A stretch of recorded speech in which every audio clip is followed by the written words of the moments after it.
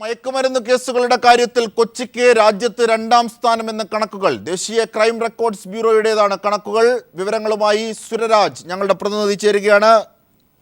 സുരരാജ്, എന്തൊക്കെയാണ് crime records ബ്യൂറോയുടെ വിവരങ്ങളിൽ മയക്കുമരുന്നുമായി ബന്ധപ്പെട്ടുള്ളത്? കൊച്ചിയുടെ സ്ഥാനം രണ്ടാണോ?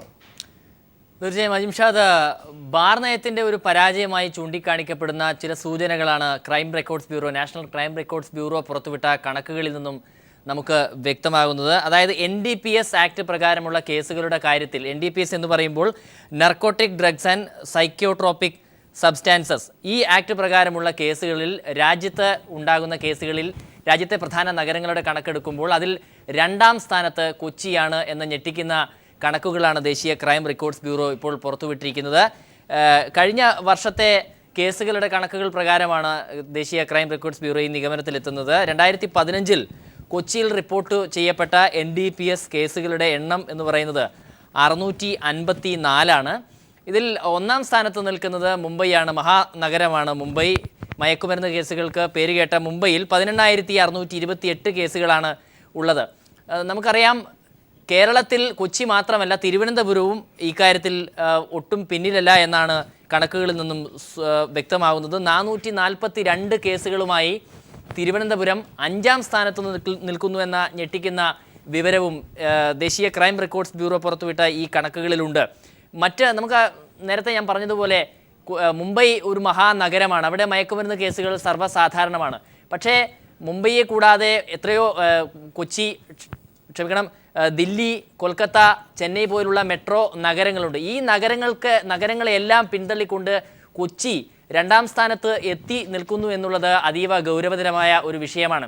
ഇതിൽ നമ്മൾ എടുത്ത് പറയേണ്ട ഒരു കാര്യം, 2011 കൊച്ചിയിൽ റിപ്പോർട്ട് ചെയ്യപ്പെട്ട കേസുകൾ എന്ന് പറയുന്നത് കേവലം 109 എന്നാൽ 2015 ആയപ്പോഴേക്കും 6 ഇരട്ടി വർദ്ധിച്ചുകൊണ്ട് 654 കേസുകൾ എത്തുന്നു എന്നുള്ളതാണ്. അവിടെയാണ് മദ്യനയത്തിന്റെ ഒരു വിഷയം കടന്നു വരുന്നത്. മദ്യനയം പരാജയപ്പെട്ടോ എന്ന് സൂചിപ്പിക്കുന്ന ചില സൂചകങ്ങൾ ഈ വിവരങ്ങളിൽ നമുക്ക് കാണാൻ കഴിയുമെന്ന്. തീർച്ചയായും സുരരാജ്, അത് തന്നെയാണ്. ഒരുപക്ഷെ ലഹരി വിരുദ്ധമായ സമീപനങ്ങൾ നടത്തുന്ന അല്ലെങ്കിൽ അത്തരം പ്രവർത്തനങ്ങൾ നടത്തുന്നവർ പോലും അംഗീകരിക്കുന്നതിന് ശാസ്ത്രീയമായ പിൻബലമുണ്ടാകുന്നു എന്നതാണ് ഇപ്പോൾ നമ്മൾ പുറത്തുവിടുന്ന ക്രൈം റെക്കോർഡ്സ് ബ്യൂറോയിലെ വിവരങ്ങൾ സൂചിപ്പിക്കുന്നത്. അതായത് കുട്ടികൾ ലഹരിക്ക് അടിമപ്പെടുന്നു, കുട്ടികൾക്ക് പ്രത്യേക തരത്തിൽ ഉള്ള ച്യൂയിങ് ഗമ്മുകൾ അടക്കമുള്ള മയക്കുമരുന്നുകൾ, അങ്ങനെ കുട്ടിക്കാലം മുതലേ ലഹരിയുടെ പിടിയിലേക്ക് അമർത്തുന്ന ഒരു വലിയ സംഭവ വികാസങ്ങളുടെ ശ്രേണി ഇവിടെ പ്രവർത്തിക്കുന്നു ഉള്ളത് തീർച്ചയായും മദ്യനയവുമായി ബന്ധപ്പെടുത്തി അതിനെ വായിക്കേണ്ടതാണ്. അതെ, തീർച്ചയായും. നമ്മൾക്കിപ്പോൾ ഇവിടെ ഇതിൻ്റെ പ്രത്യക്ഷമായി കാണാൻ കഴിയുന്നത് ഈ കണക്കുകൾ തന്നെയാണ്. ഈ കണക്കുകൾ തെളിയിക്കുന്നതും അതാണ്. കേവലം 4 വർഷം മുൻപ് 2011 ഞാൻ നേരത്തെ പറഞ്ഞതുപോലെ 109 കേസുകൾ റിപ്പോർട്ട് ചെയ്യപ്പെട്ടപ്പോൾ 2015 അത് 6 ഇരട്ടിയായി വർദ്ധിക്കുന്നത് എങ്ങനെയാണ്? അതാണ് പ്രധാനപ്പെട്ട ഉയരുന്ന ഒരു ചോദ്യം എന്ന് പറയുന്നത്. ഈ കേസുകളുടെ കാര്യത്തിൽ ഇതും പ്രധാനപ്പെട്ട 90% കേസുകളും കഞ്ചാവുമായി ബന്ധപ്പെട്ട് ഉള്ളതാണ് എന്നാണ്.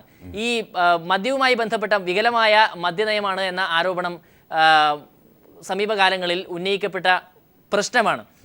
ഈ മദ്യനയത്തിൻ്റെ പ്രശ്നം കൊണ്ട് തന്നെ കഞ്ചാവിൻ്റെ ഉപയോഗം നേരത്തെ അജിംഷാദ് സൂചിപ്പിച്ചതുപോലെ തന്നെ കുട്ടികളിൽ ഉൾപ്പെടെ വലിയ തോതിൽ വർദ്ധിച്ചിട്ടുണ്ട് എന്നതാണ് ഈ കണക്കുകൾ സൂചിപ്പിക്കുന്നത്. സ്കൂളുകൾ കേന്ദ്രീകരിച്ച്, കോളേജുകൾ കേന്ദ്രീകരിച്ച് പല രൂപത്തിൽ, പല രുചിയിൽ ഈ കഞ്ചാവുകൾ കുട്ടികളിലേക്ക് എത്തുന്നു എന്നതാണ് ഇത് സൂചിപ്പിക്കുന്നത്. ഇത് കൊച്ചി മാത്രം എന്ന ഒരു പ്രശ്നത്തിലല്ല, കേരളത്തിൽ അങ്ങോളം ഇങ്ങോളം ഉള്ള പ്രശ്നമാണ്. തിരുവനന്തപുരം നഗരം 5ാം സ്ഥാനത്ത് എത്തി നിൽക്കുന്നു എന്നതും അതീവ ഗൗരവത്തോടു കൂടി കാണേണ്ട ഒരു കാര്യമാണ്. കൊച്ചി ഒരു മെട്രോപൊളിറ്റൻ സിറ്റിയായി വളരുന്ന ഒരു സാഹചര്യത്തിലേക്കും കൂടി പോകുന്ന ഒരവസ്ഥയുണ്ട്.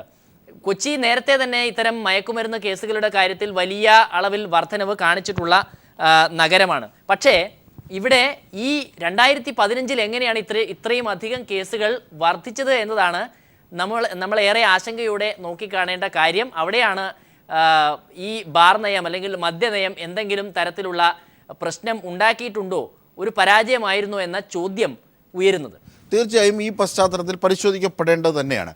ഒപ്പം സുരരാജ്, അതായത് ക്രൈം റെക്കോർഡ്സ് ബ്യൂറോയുടെ കണക്കുകൾ പ്രകാരം ഈ മയക്കുമരുന്നുമായി ബന്ധപ്പെട്ട കാര്യങ്ങൾ, ഒരുപക്ഷെ കഞ്ചാവ്, LSD ഇനത്തിൽപ്പെട്ട മയക്കുമരുന്നുകൾ വ്യാപകമായി കൊച്ചിയുമായി ബന്ധപ്പെട്ട് നടന്ന DJ പാർട്ടികളിലൊക്കെയും ഇത്തരത്തിൽ മയക്കുമരുന്നുകൾ പിടിക്കപ്പെട്ട ഒരുപാട് സംഭവങ്ങളുണ്ട്.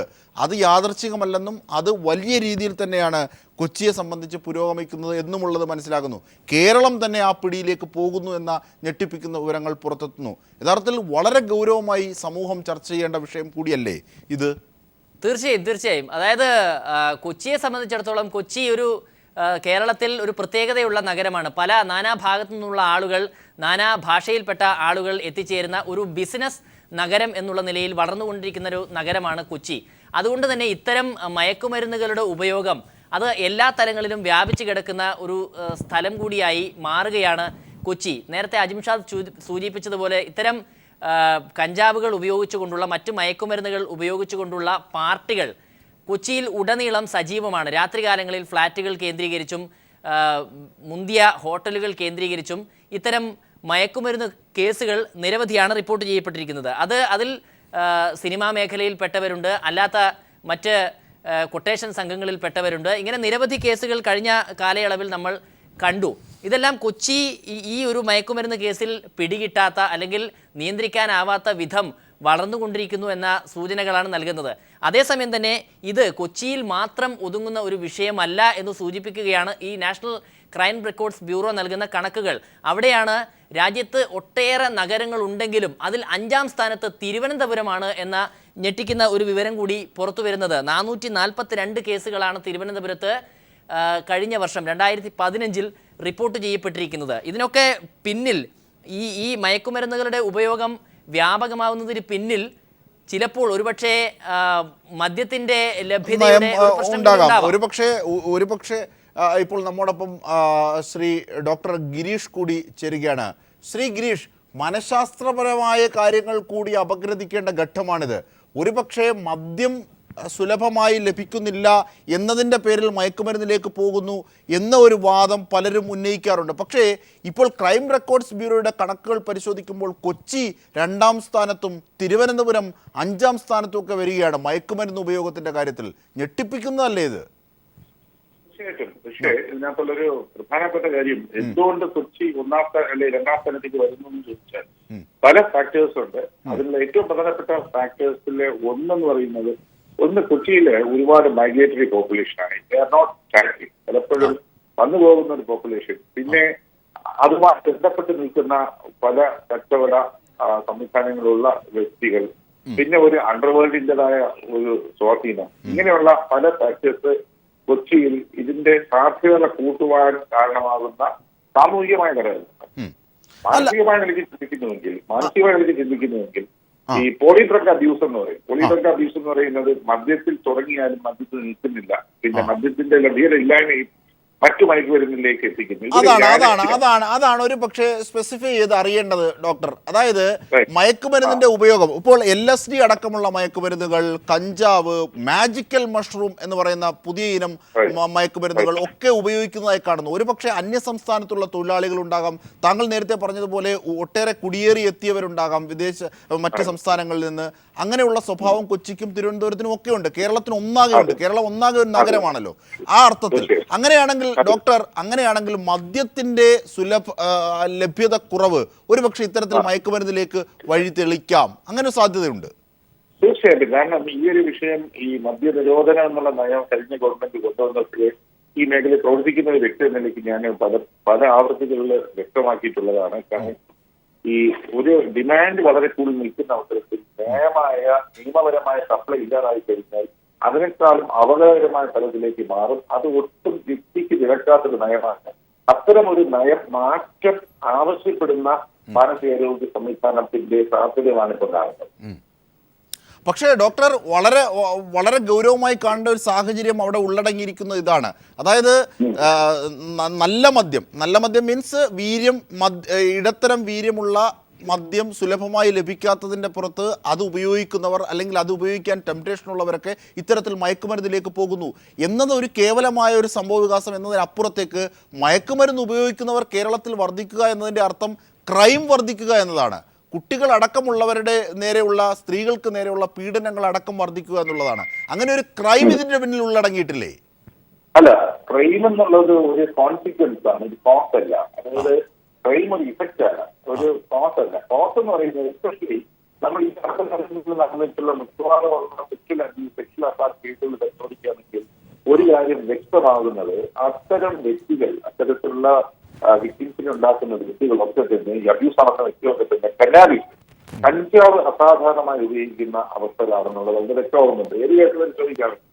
അപ്പോ കഞ്ചാവ് പോലുള്ള ഡ്രഗുകൾ അബ്യൂസ് ചെയ്യുന്നതിന്റെ ഫലമാണ് ഈ ക്രൈംസ് സൃഷ്ടിക്കപ്പെടുന്ന അല്ലെങ്കിൽ അബ്യൂസിൽ ഉണ്ടാക്കാൻ കാരണമാകുന്ന ഒരു വൺ ഓഫ് ദി ഫാക്ടർ. എല്ലാവരും ഒരു പ്രധാന ഫാക്ടർ. അതുകൊണ്ട് തീർച്ചയായിട്ടും ഇത്തരം പ്രകൃതികളെ കുറയ്ക്കാൻ വേണ്ടിയുള്ള ഡിമാൻഡ് റിഡക്ഷൻ സ്ട്രാറ്റജികൾ തീർച്ചയായിട്ടും ശാസ്ത്രീയമായി നടപ്പിലാക്കാൻ അനിവാര്യമാണ്. ഒപ്പം തന്നെ മദ്യം മനുഷ്യന്റെ മനസ്സും മനുഷ്യന്റെ സംസ്കാരം ഉള്ളിടത്തോളം കാലം പണ്ടുണ്ടായിരുന്നു. പണ്ട് നമ്മൾ സോമരസം എന്ന് പറഞ്ഞ കാലത്തും ഉണ്ടായിരുന്നു.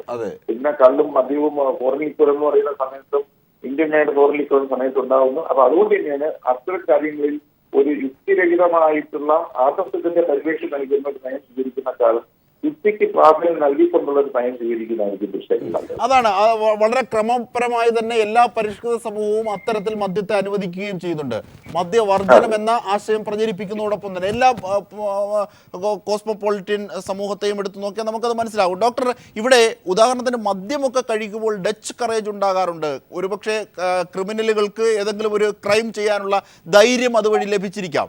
പക്ഷേ ഡ്രഗ്സ് ഉപയോഗിക്കുക വഴി ലഭിക്കുന്നത് മറ്റൊരു രീതിയിലുള്ള സ്വഭാവമാകില്ലേ? മാനസിക ഘടന തന്നെ തെറ്റി വളരെ ക്രൂരമായ രീതിയിലുള്ള കൊലപാതകം ഉദാഹരണത്തിന് നമ്മൾ കണ്ടതാണ് നിഷയുടെ കാര്യത്തിലൊക്കെ.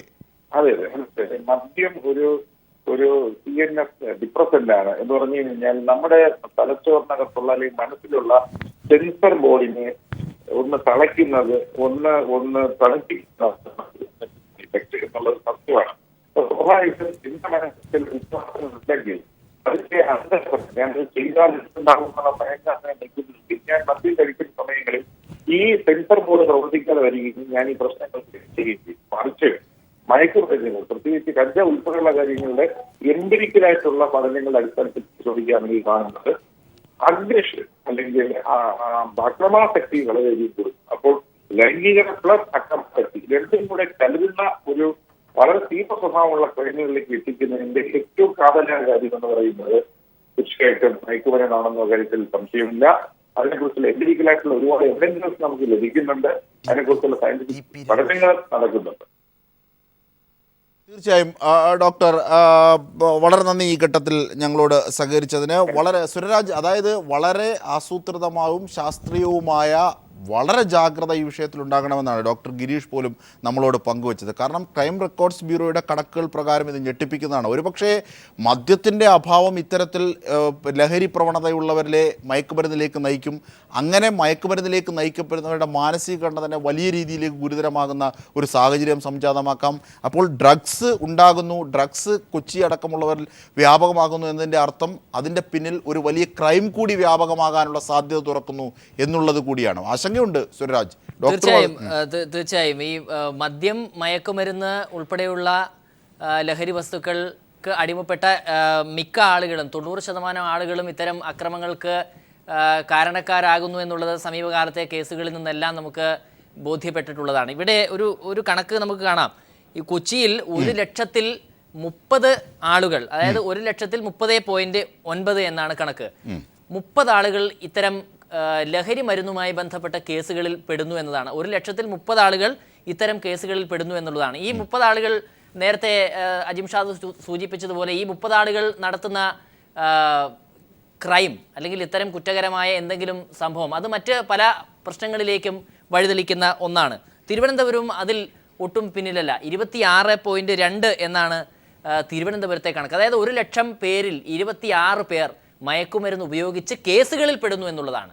മയക്കുമരുന്ന് കേവലം ഉപയോഗിക്കുന്ന ആളുകളുടെ എണ്ണമല്ല, അവർ കേസുകളിൽ പെടുന്ന ആളുകളുടെ എണ്ണമാണ് 26.2.